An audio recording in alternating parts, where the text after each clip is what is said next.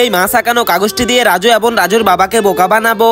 তাড়াতাড়ি করে এই কাগজগুলো ছিঁড়ে টিনের বাক্সের ভিতরে রেখে দিতে হবে। কেউ দেখার আগে বাক্সটা বন্ধ করে পানিতে ফেলে দিতে হবে।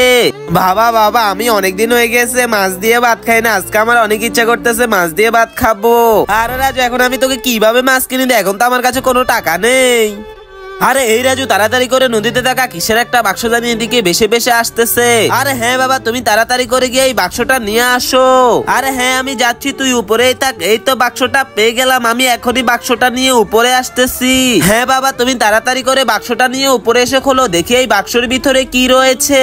তো বন্ধুরা, বাক্সটির ভিতরে কি রয়েছে তা দেখার আগে তুমি যদি মুসলিম হয়ে থাকো তাহলে ভিডিওতে একটা লাইক দিয়ে চ্যানেলটিতে সাবস্ক্রাইব করে দাও। এরপরে কমেন্ট বক্সে এই সুন্দর লাভ ইমোজিটা দিয়ে যাবে, দেখবো কার আগে কে ইমোজিটা কমেন্ট করতে পারে। আরে দেখ রাজু, এই বাক্সটির ভিতরে তো একটি অনেক বড় মাছ দেওয়া রয়েছে। আরে হ্যাঁ বাবা, আজকে তো এই মাছটা দিয়ে আমি অনেক মজা করে ভাত খাবো।